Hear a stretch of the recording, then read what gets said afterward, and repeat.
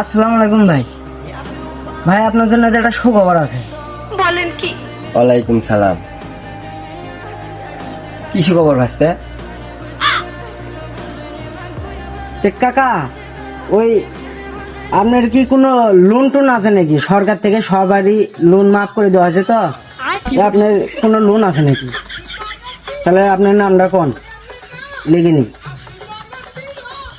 Loan tone নাকি? ও বাবু, loan tone আমার নাই। ওর লোক ছোট লোক।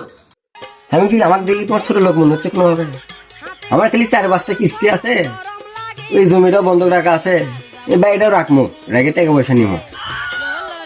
হ্যাঁ, আচ্ছা, 4-5টা কিস্তি বাড়ির জায়গা বন্ধক রাখছে, বন্ধক রেখে টেয়া নিছে, চাচার বলে কিস্তি নেই।